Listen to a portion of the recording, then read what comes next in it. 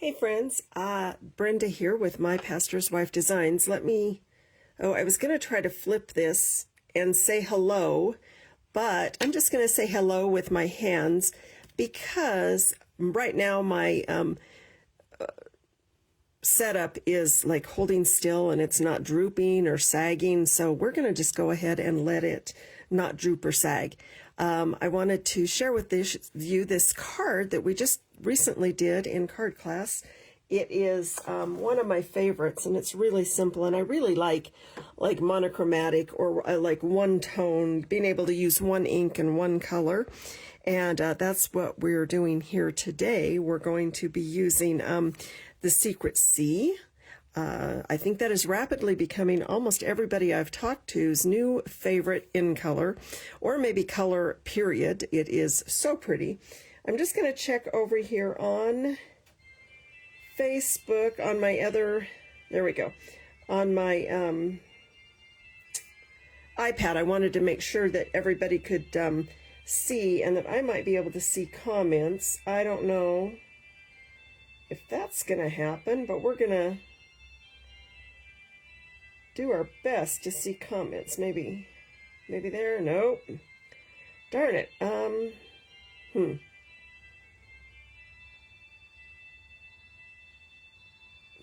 I'm just give me a second here.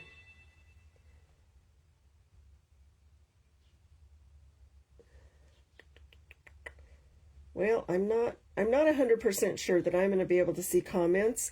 If I do see them, I promise you I will for sure answer for you, and even if it's later, but I wanted to get this card up and show it to you because I really, really love just everything about this card and this stamp set. Again, we're using Secret C.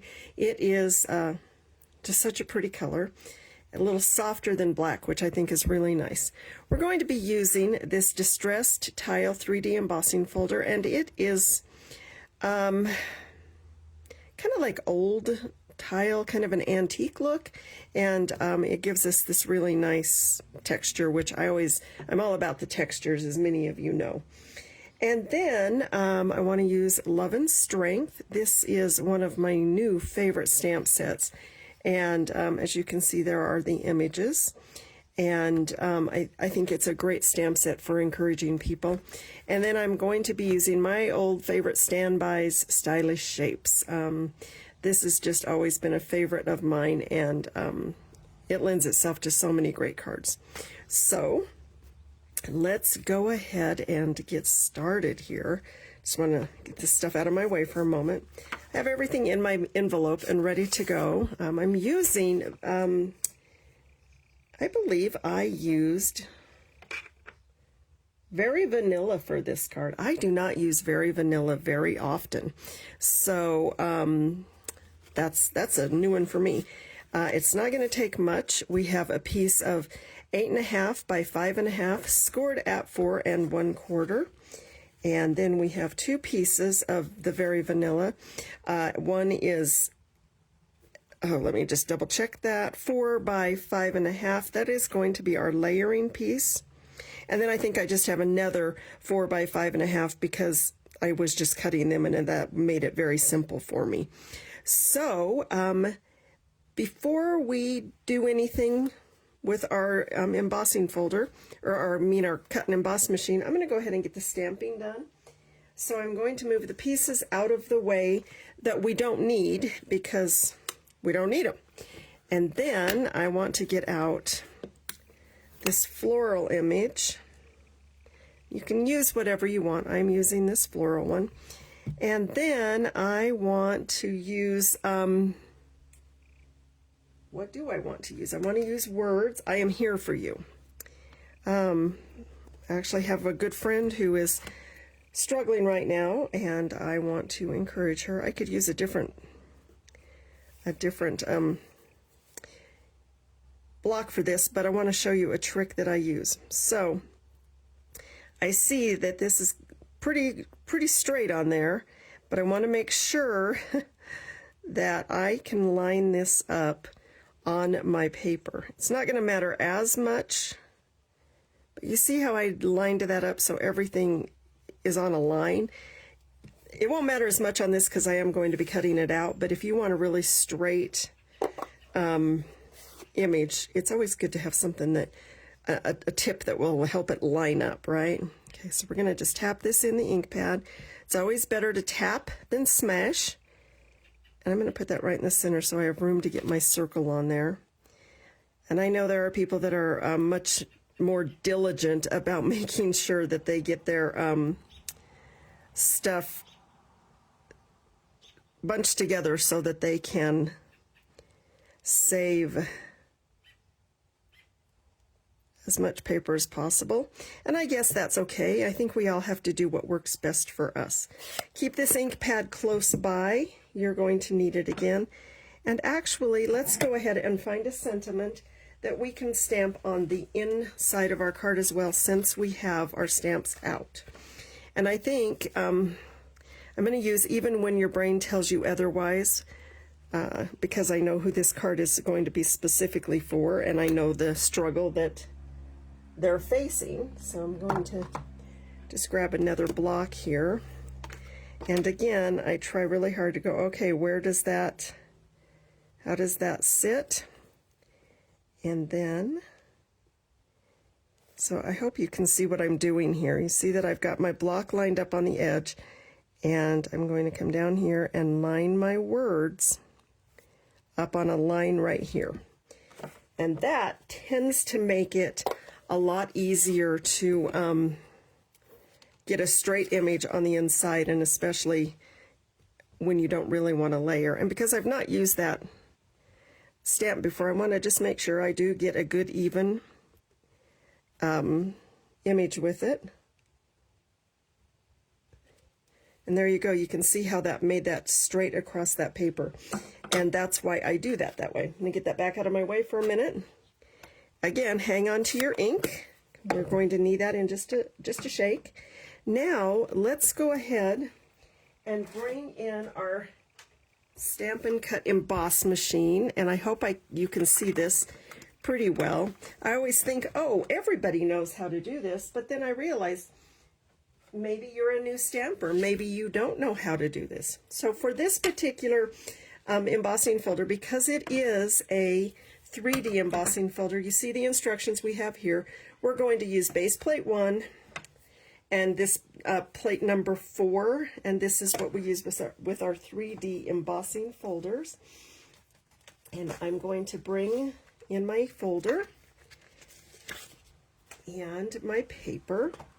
And a little trick or tip, if you will, is to open it. That's not a trick. That should just be logic. So if you can see this, I'm going to bring this in, and I'm going to line this up because I want it to be straight. I don't want an odd direction on this particular background. I'm going to line it up with this line on the bottom so that I have a really clear line. Then I'm going to set it here on this plate, put this plate over it, and roll it through. Sorry if I'm shaking the camera. That's unfortunately the nature of the situation. Okay, I'm going to leave this plate here because we're going to go ahead and do our cutting. And I want to show you how this looks. So we're going to take it out, and then you see, I don't know if you can see, there you go. You can see that image. And I just think that is so, I love it. I love the antique feel. Now, because we have our machine out, we are going to pull in a couple of other plates that we're going to need to do our die cutting. So we have got plate number 2, and then I have got 2 3s. This one is very well worn.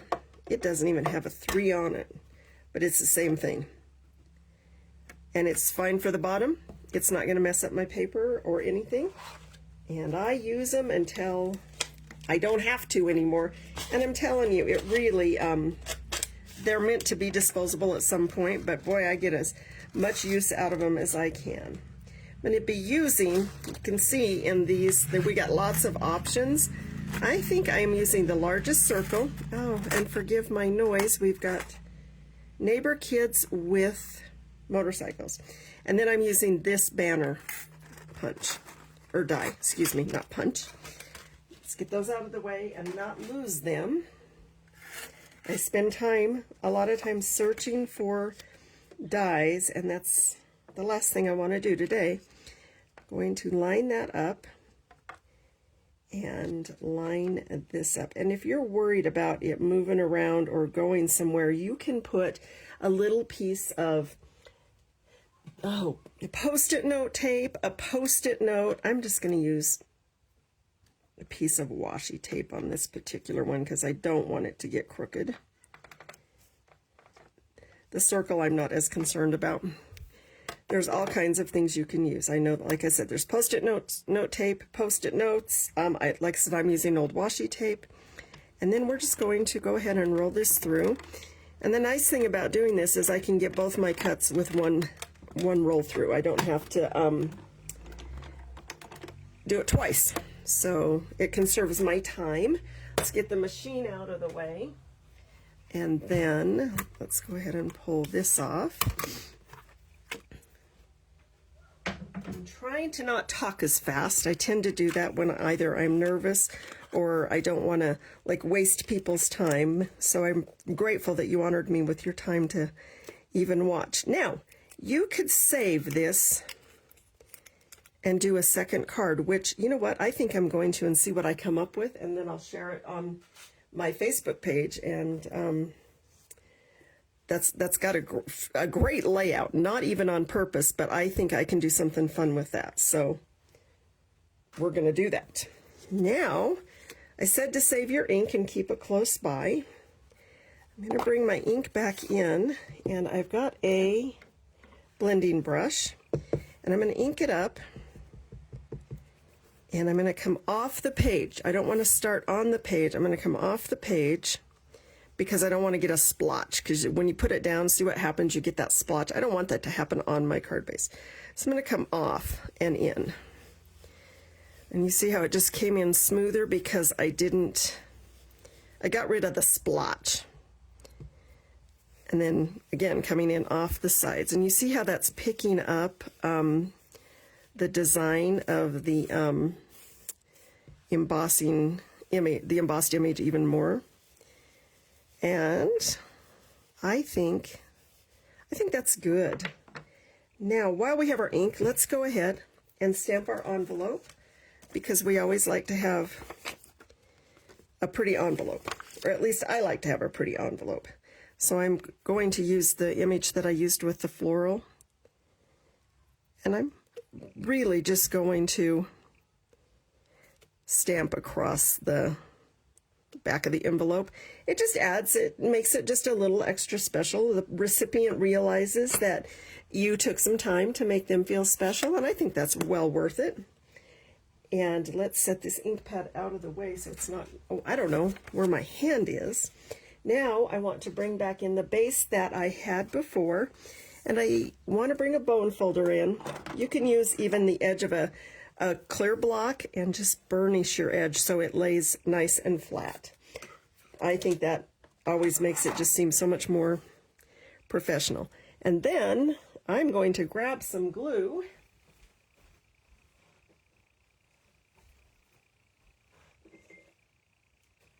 Sorry, it was over on my other workstation. My glue holder, as you can see over here, is empty.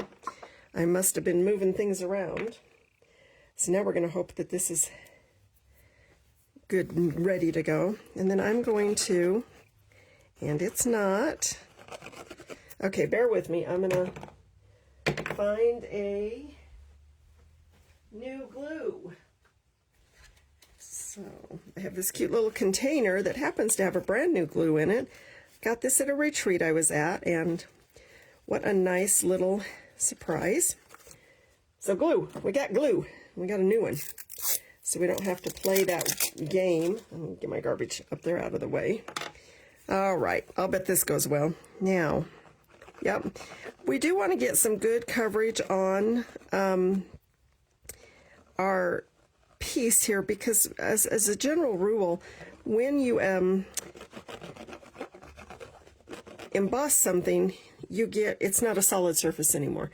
And so you're going to need a little bit more adhesive just to make sure it sticks down well. And I'm just going to give that a nice press. Close my glue, put that in my glue container so I know where it is next time. Then I want to bring in my flower, and you can decide however you want to turn it. I will pop this up with Stampin' Dimensionals, and I like to do kind of like in a square, so you've got 4 and then 1 in the middle so it doesn't sag down in the middle. I think it looks a little more polished, and I just don't like it when it sags in the middle. I don't know about you. All right, and then I think we're going to put it about right here. Give it a nice press. And then I'm going to do the same thing on this, but I am going to just put a Stampin' Dimensional just right here on this end. And then I'm going to bring in just a touch of glue. I had to check and see where my words were. Just right there. The reason I'm doing that is because it's going to overlap on here, and I don't want it to pop weird. And there, we've got that. Now, that is really, really pretty, but I want to just bump it up a little bit. And I want to use some of our in color flat pearls. These are just an absolute favorite of mine, and we could use the Secret Sea or the Cloud Cover. I used the Cloud Cover on the last one, but I want to use the Secret Sea on this one. So I want to get a medium-sized dot. You can use as many as you want. I'm using 2, and then a small dot. There we go. And there you have it, guys. Pretty simple card. Didn't take all that long. Let's see, how long did it take? I realize I had everything cut ahead of time, but we're only talking, I don't know, 20 or so minutes to make this card. Just using 1 color of ink and 1 stamp set. I hope that you will give this card a try. If you would like to, just remember that you can order from me, Brenda, at My Pastor's Wife Designs, and I would be happy to have you become a customer and help you out. Thank you again so much for taking your time to watch this and honoring me with your time. Bye for now.